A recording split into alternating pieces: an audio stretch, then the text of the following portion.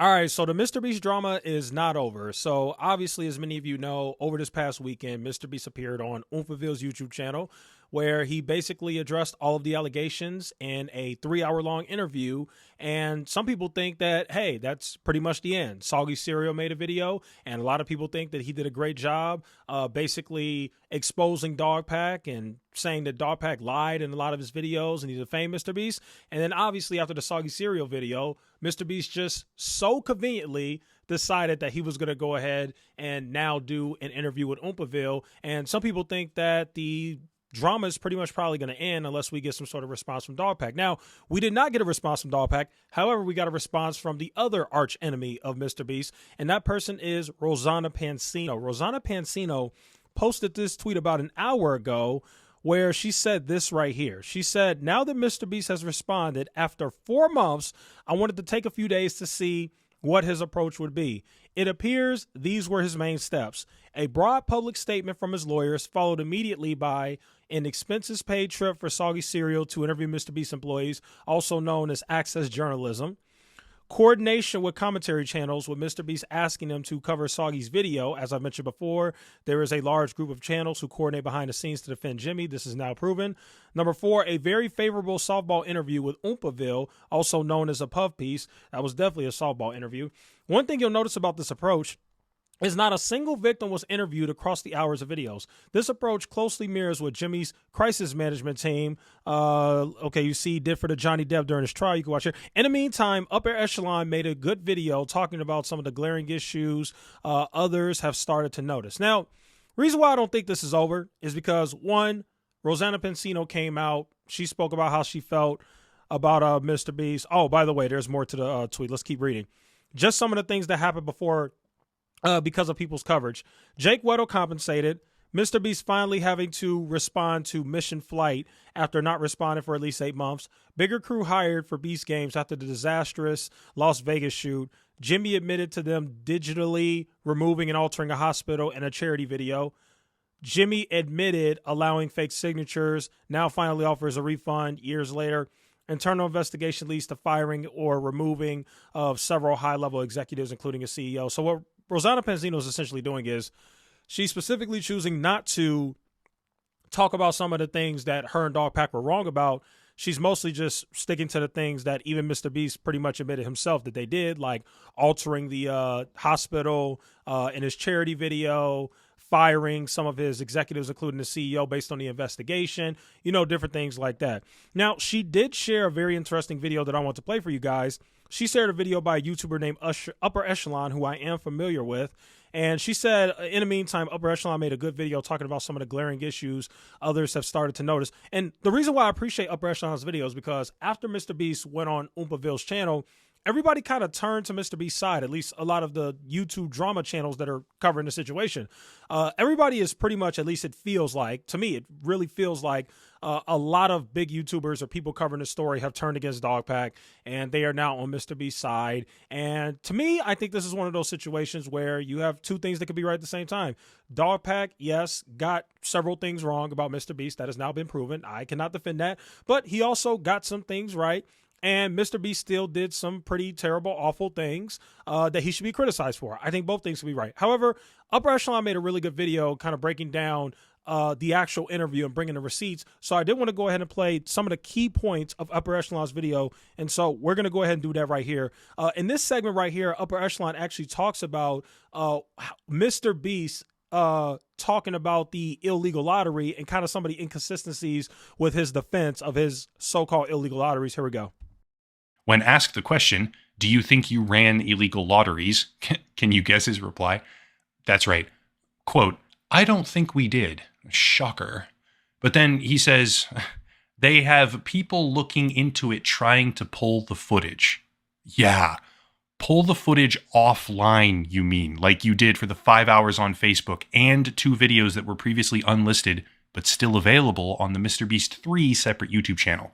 One titled, "If you buy this shirt, I'll sign it," and the other, "Buy this before it's too late."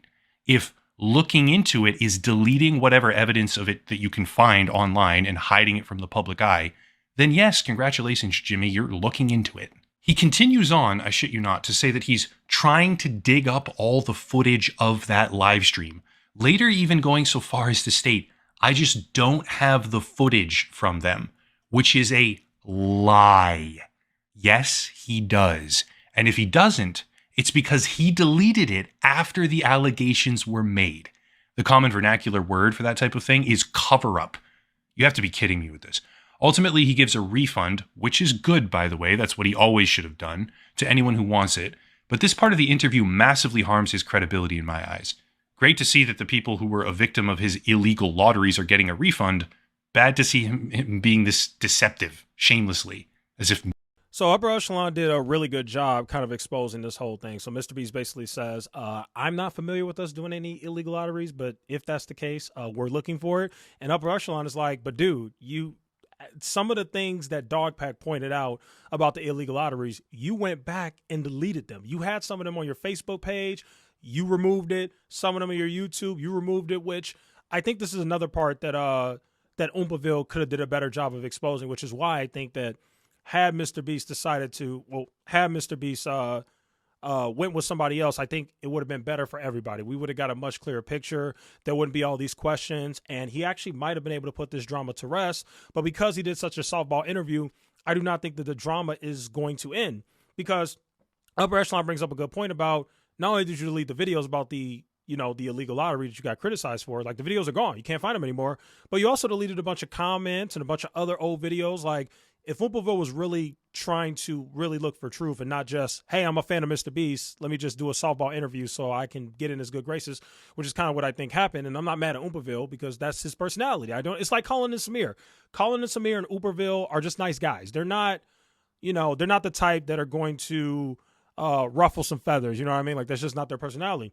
So I think Upper Echelon, Coffeezilla, or even more Pegasus probably would have been better for MrBeast to go on, because you would have got a lot more context as to, wait a second, why did you delete those old videos that allegedly had the illegal lotteries in them? That would have been a good question. Now, this next part that I want to play by Upper Echelon actually talks about Delaware, and Upper Echelon also brought up something very interesting regarding MrBeast's response about the Delaware guy, the sex offender guy. So here we go.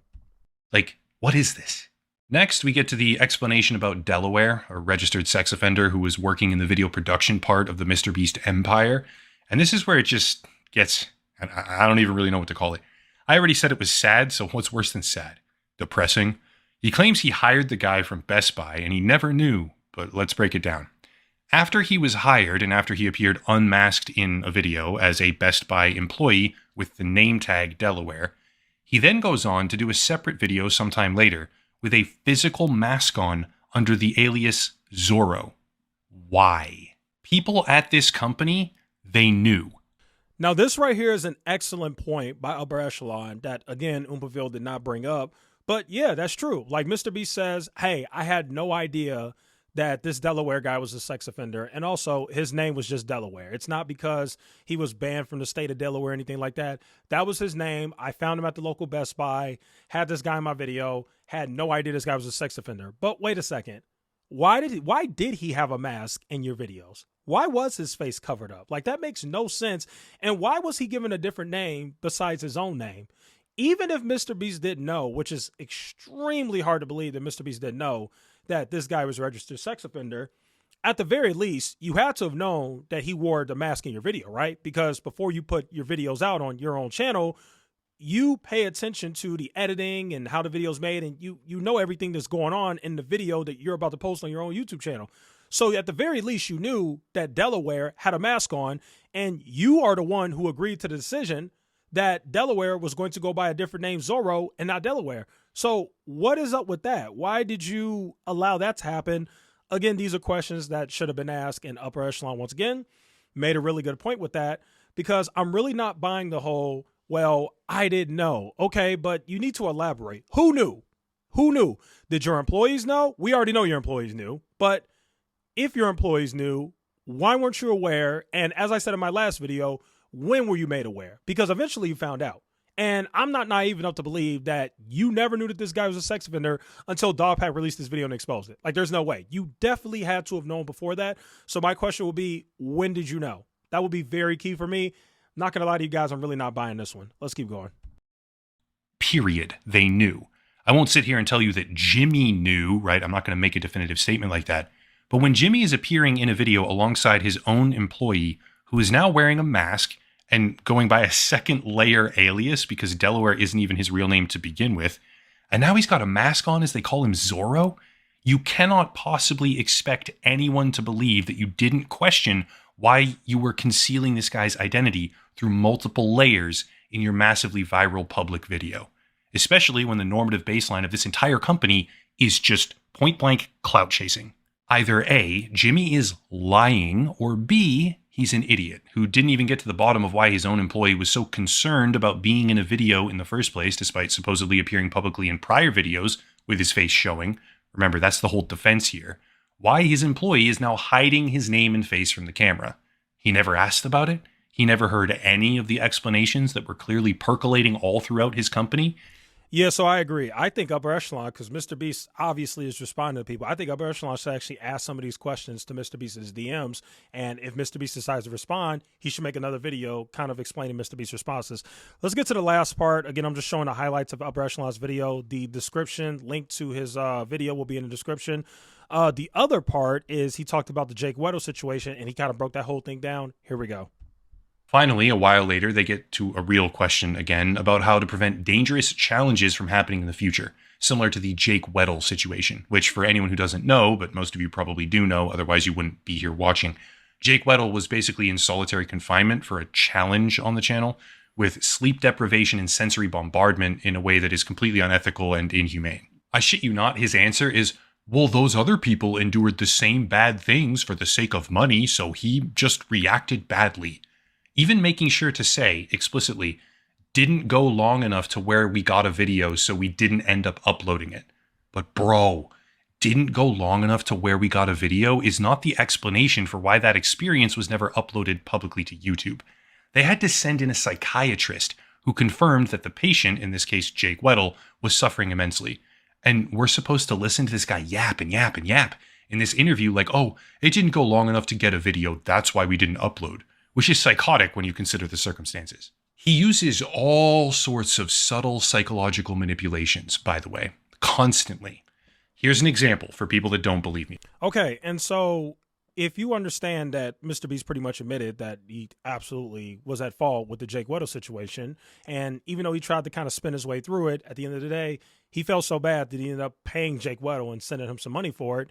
All I got to say is, if that's how that Jake Weddle situation was handled, where, like Upper Echelon said, a psychiatrist had to be basically come in and say, yeah, this guy's like messed up. Like we got to stop this child. Like this isn't it. Then what would stop me from believing in some of the things that are being alleged about MrBeast, Jimmy, and the Amazon lawsuit? Some of the same things that Jake Weddle is alleging about MrBeast is some of the same things that are being alleged in the Amazon lawsuit. And one thing we know about MrBeast is, I don't know if you guys have kind of picked up on this yet, but if you watched the Oompaville interview, when Oompaville asked him about the harassment, the fact that harassment was found to have taken place in your company, he was very heartless about it. He just didn't really care. He was like, oh, well, you know, I'll try my best to, you know, learn from the situation. Just a bunch of BS. Like, he just didn't really care. It's become apparently obvious to me that he really only cares about money and getting more views on YouTube. That is the most important thing to him.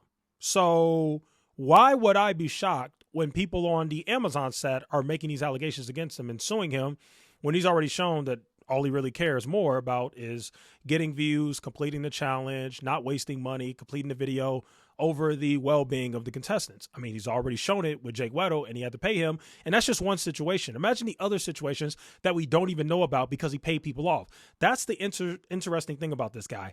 I can almost guarantee you that there are so many other situations like this swept under the rug that you don't know about because MrBeast was able to solve it and keep it from coming to the light by paying those people off, just like he did with Jake Weddle. Obviously, Jake Weddle already came out, but the bottom line is, if he's paying Jake Weddle $50,000, imagine how much he's paying other people to not come out with stuff. That's just my theory on that. Anyway, that's today's video. I just wanted to kind of summarize the new updates in the MrBeast situation. Let me know what you guys think in the comments. I am very interested to see if Dogpack404 is going to respond. I feel like he kind of has to, at the very least. Maybe he won't. Maybe because he knows that MrBeast is going to to sue him. Maybe he's lawyered up, and maybe his lawyer said, hey, don't say a word, even though Dogpack hasn't officially been served yet. So I do think that at the very least, Dogpack should probably release his third video, or at the very least, maybe make a Twitter thread and explain what happened. Best thing he could do really is just release part 3, because he said that he had this part 3 that was supposed to come out, and he had all this evidence against MrBeast, and we never got it. So people are kind of waiting. So yeah, anyway, that's today's video. Thanks for watching. See you guys in the next one.